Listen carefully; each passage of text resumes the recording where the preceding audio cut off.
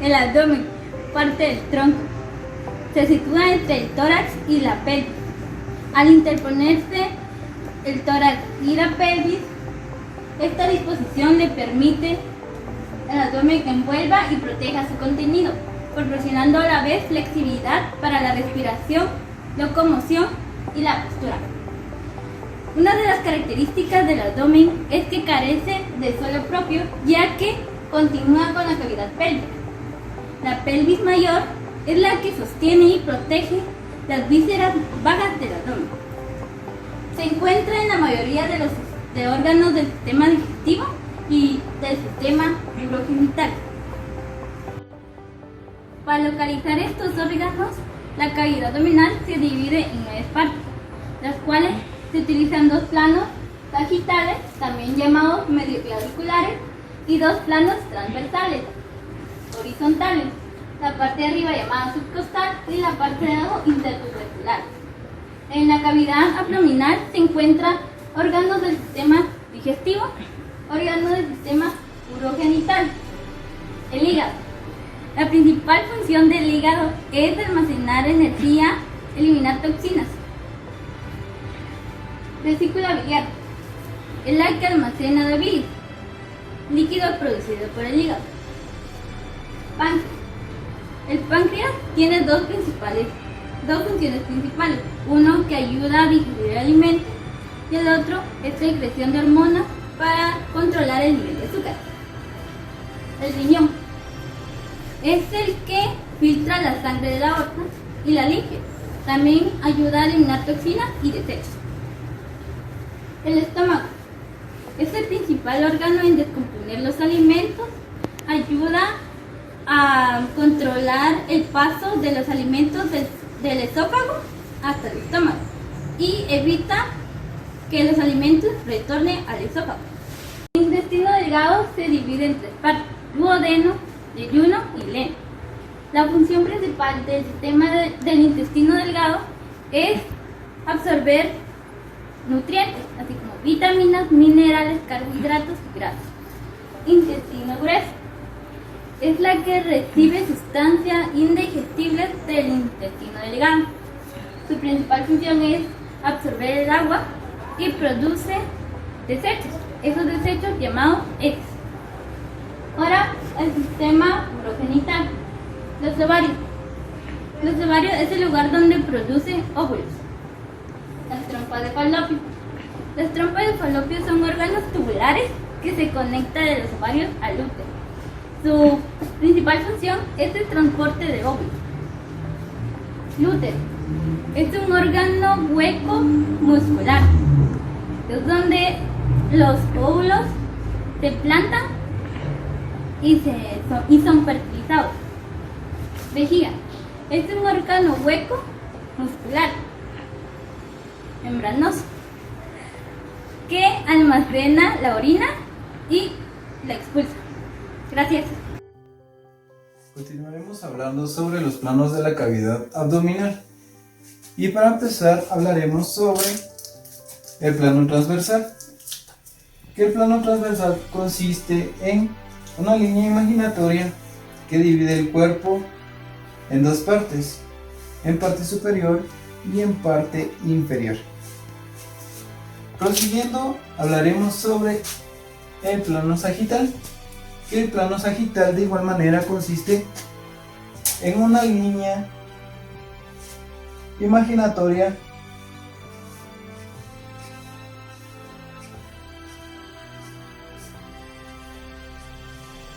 que divide el cuerpo en 2 partes, en parte derecha y parte izquierda. Seguidamente hablaremos sobre las regiones abdominales, las cuales constan y se dividen en 3 partes: región superior, región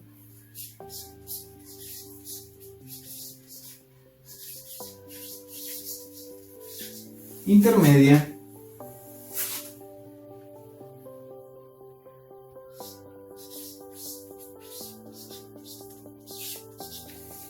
y región inferior,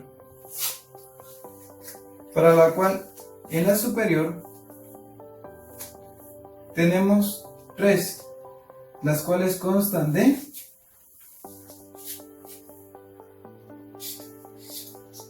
hipocondrio derecho, hipocondrio izquierdo y epigastrio.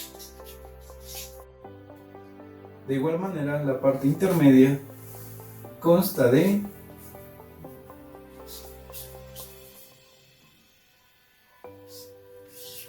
flanco derecho, flanco izquierdo,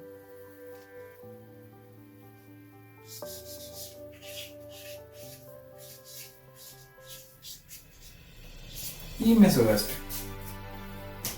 Y para la parte inferior consta de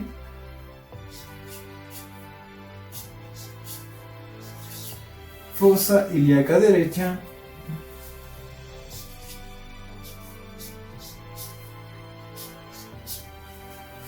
fosa ilíaca izquierda,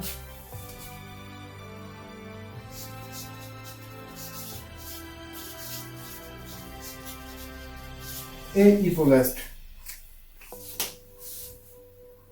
Y de esta manera están divididas las regiones abdominales. Seguidamente hablaremos sobre los órganos que se encuentran en cada cuadrante de las regiones abdominales. Y para el hipocondrio derecho tenemos el hígado y la vesícula biliar. Por otro lado, en el hipogastrio izquierdo encontramos el vaso, y en el hipogastrio encontramos el estómago y el páncreas. En la zona intermedia, en el lado derecho, en el flanco derecho, encontramos el colon ascendente y el riñón derecho. En el flanco izquierdo encontramos el colon descendente y el riñón izquierdo. Y para el mesogastrio encontramos el intestino delgado. De igual manera, en la región inferior, en la parte de la fosa ilíaca derecha, encontramos el ciego, el ovario derecho, las trompas uterinas y el apéndice secal. Y en la fosa ilíaca izquierda encontramos el sigma, el ovario izquierdo, la trompa uterina, y en el hipogastrio encontramos la vejiga, el recto y el útero. Bueno, de esa manera hemos concluido con la explicación sobre los planos de la cavidad abdominal.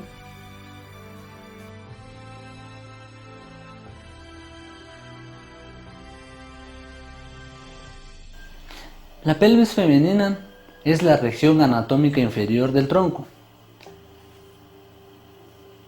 La pelvis es como un embudo osteomuscular que se estrecha hacia abajo, limitado por los huesos sacro y el coxis y los coxales que forman la cintura pélvica y los músculos de la pared abdominal inferior y del perineo. Anatómicamente, la pelvis es el espacio o compartimiento rodeado por la cintura pélvica. Como vemos en estas imágenes, la pelvis ósea es la parte del esqueleto apendicular del miembro inferior. La cintura pélvica es como un anillo óseo que forma de cuenco que conecta la columna vertebral con los dos fémures. Como vemos, aquí se colocan el fémur y el siguiente fémur, los dos fémures, y donde van las partes de los huesos, pubis, ilión, cresta ilíaca, el sacro, articulaciones sacroiliacas, en donde se mueven cuando uno hace movimientos. Ahora las funciones son resistir el peso de la parte posterior del cuerpo en posición sentada, caminando, parado, trabajando. Esto es para resistir el peso. También transferir el peso desde el esqueleto axial al de los miembros inferiores durante la bipestación y la marcha. También proporciona una inserción para los potentes músculos locomotores y postulares para los músculos de la pared abdominal. También resistiendo las fuerzas generadas por sus acciones. Por lo tanto, la cintura pélvica es fuerte y rígida, sobre todo si se compara con la cintura escapular. Otras funciones de la pelvis ósea son contener y proteger las vísceras pélvicas, proporcionan inferiores de las vías urinarias y los órganos que contienen, como el feto a término a través del periné. Proporciona sostén a las vísceras abdominopélvicas y al útero. Proporcionan, insercionan para los cuerpos eréctiles de los genitales externos. Proporciona inserción para los músculos y las membranas que ayudan a las funciones, formando el suelo de la pelvis y llenando los espacios que existen en él y a su alrededor. Ahora veremos las 4 clasificaciones de la pelvis según Caldwell y Molloy. Vamos a ver pelvis ginecoide. La pelvis ginecoide es más favorable para el parto natural. Tiene forma muy ligeramente. Lo que vemos del sacro, la curva e inclinación del hueso sacro son de las características medianas. Las escotaduras sacrociáticas son de amplitud mediana. También lo que vemos del pubis, el ángulo subpubiano es amplio y redondeado, con paredes laterales, paralelas y ramas arqueadas. Tiene un diámetro de unos 10,5 centímetros. También vamos a ver la pelvis antropoide. Pelvis antropoide, aquí tenemos la imagen. Tiene la forma de la pelvis ginecoide, rota 90 grados, es decir, un óvalo o como un elipse, anteroposterior común en las mujeres de la raza negra. Como vemos, la pelvis platipeloide es el 3% y no es favorable para un parto normal, porque la abertura es algo recto, tiene la forma ovalada con predominio transverso. El sacro suele ser plano y recto, con longitud normal y largo inclinado hacia adelante. El siguiente es pelvis androide. Pelvis androide. Los diámetros de la pelvis androide se caracterizan por tener un diámetro transversal, acostado por la convergencia de las paredes de la pelvis. Este tipo de pelvis no es nada favorable para un parto normal. El estrecho superior tiene una forma triangular. El segmento anterior, el arco, forma la cara con predominio transverso. El sacro suele ser plano y recto, con longitud normal y largo inclinado hacia adelante. El siguiente es pelvis androide. Pelvis androide. Los diámetros de la pelvis androide se caracterizan por tener un diámetro transversal acostado por la convergencia de las paredes de la pelvis. Este tipo de pelvis no es nada favorable para un parto normal. El estrecho superior tiene una forma triangular. El segmento anterior, el arco, forma la cara posterior del hueso pubis, es agudo y estrecho, y el segmento posterior. Y tiene una forma triangular, como vemos en esta imagen, tiene una forma triangular. Por esa razón, no es favorable para un parto normal. Hablaremos acerca de la pelvis femenina. Esta se caracteriza por ser una cavidad bastante estrecha hacia su parte inferior y se encuentra limitada por diversos huesos, como se puede apreciar en esta imagen. Tenemos nuestra articulación sacroiliaca, el sacro, el coxis, el fémur, sínfilis púbica, el pubis, el isquio, ilio y la cresta ilíaca. La pelvis femenina se divide en dos regiones: la pelvis mayor, o también se le puede llamar pelvis falsa, o la pelvis menor, que también se le puede llamar pelvis verdadera. En este cartel encontramos dos vistas: la vista medial de la izquierda del tronco inferior, donde encontramos que en la parte superior de la pelvis se encuentra la pelvis mayor y en la parte inferior encontramos la pelvis menor. La vista anterior de la sección coronal de la pelvis en el tronco inferior, encontramos que aquí está la pelvis mayor y aquí la pelvis menor. La pelvis mayor es la cavidad de la pelvis falsa, que se sitúa por encima de la línea terminal y por ende de la pelvis menor o pelvis verdadera. Contiene vísceras intestinales no contenidas en la pelvis menor, y en el embarazo del útero grávido no tiene importancia en obstetricia, aunque tiene cierta aplicación en cirugía pelviana. Sus límites hacia los lados son las fosas ilíacas, hacia atrás las últimas vértebras lumbares y hacia adelante la parte inferior de la pared posterior del abdomen. El diámetro transversal de la pelvis mayor, distancia máxima que hay entre las dos líneas intraminadas en condiciones normales, mide aproximadamente 13 centímetros. Conjugado verdadero mayor, distancia entre el promontorio del sacro y sínfilis púbica, su valor normal es de 10 centímetros. En la pelvis menor, la cavidad de la pelvis es verdadera, va desde la sínfilis púbica rodeando la superficie interna del ilion por una línea imaginaria, llamada también línea arqueada, y llega hasta el promontorio del hueso sacro. Dentro de esta cavidad se sitúa parte del colon, el recto. En la parte posterior de la pelvis, la vejiga, en la parte anterior justo detrás de la sínfilis púbica, y en la pelvis femenina no operada, la vagina y el útero, que se sitúan dentro del recto y la vejiga, y el diámetro transversal de la pelvis menor une las tuberosidades isquiáticas. Su valor mínimo es de 11 centímetros. Conjugado menor, su distancia entre la sínfilis del pubis y el coxis mide aproximadamente de 10 a 11 centímetros. El siguiente tema es la musculatura del suelo pélvico de la pelvis femenina. El suelo pélvico está formado por un conjunto de músculos estriados que cierran por debajo de la pelvis menor y juegan un papel bastante importante en el embarazo, parto y en la incontinencia urinaria. La musculatura del suelo pélvico se organiza en tres planos.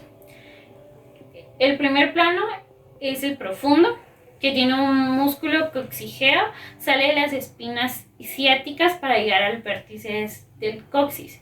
El músculo elevador del ano, que es bastante importante y el más grande y potente. Tiene tres porciones que se fijan en las paredes de la vagina y de la uretra. El músculo puborectal, que va de la pubis hacia las paredes del recto.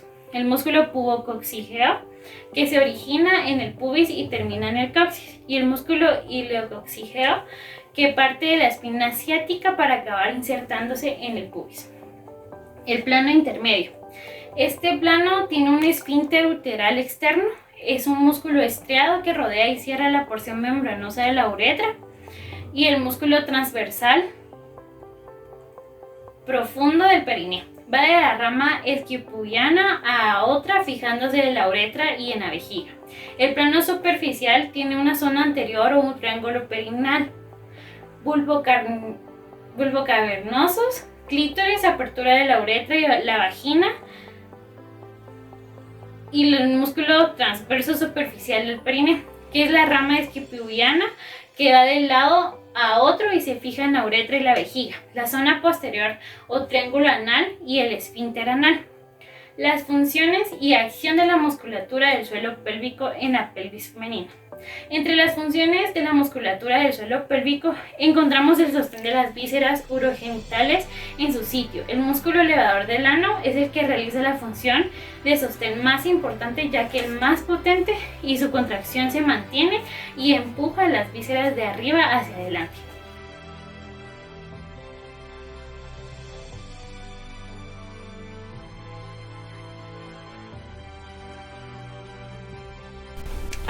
El periné o suelo pélvico es el área del tronco situada entre los glúteos y los muslos, que se extiende desde el pubis hasta el coxis. El periné es un compartimiento aplanado que se sitúa en un área profunda e inferior al diafragma pélvico.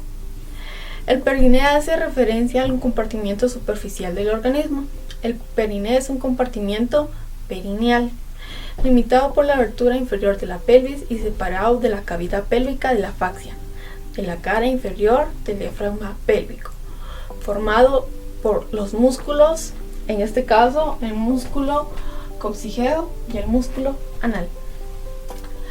El perineo visto desde una posición ginecológica podemos observarlo en forma de rombo o en forma de diamante, de la siguiente manera.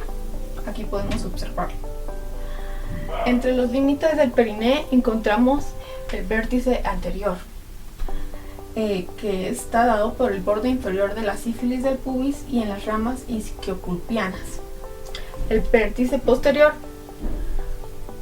es un borde inferior de las extremidades del coxis y los ligamentos sacráticos mayores, de aquí, y los ligamentos sacráticos mayores, y las tuberosidades isquiáticas, que son los vértices laterales de los isquiones. Podemos observar los isquiones. Las funciones del perineo. La función de continencia. Esta consiste en una retención adecuada de heces y de orina, así como la correcta expulsión al momento de defecar o hacer micción. La función sexual. Esta consiste en una estimulación adecuada al realizar relaciones sexuales. La función reproductiva, una de las funciones más importantes. La función reproductiva consiste en esta área.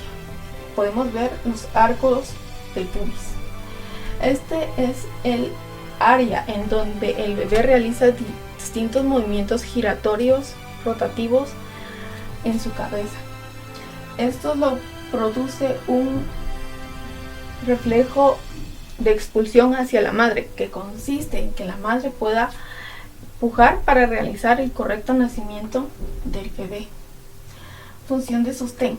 Esto consiste en tener en un área adecuada los órganos abdominopulvianos, como lo que son los ovarios, el útero, la vejiga, tanto en hombres como en mujeres. Ahora veremos una pequeña diferencia de lo que es el periné masculino y el periné femenino. En el periné masculino podemos observar la uretra esponjosa, que es esta, los esfínter externos de la uretra, que es esta, y el ligamento sacrotuberoso. Entre el modelo femenino podemos observar el compresor de la uretra, que es esto, y el esfínter uretrovaginal, que es esto. Después, ambos modelos comparten la misma estructura y la misma función, a diferencia de los ya mencionados anteriormente. Bueno, gracias. Estando de pie, el periné tiene una forma estrecha. En posición ginecológica o con los miembros inferiores en aducción, forma una figura de rombo o diamante.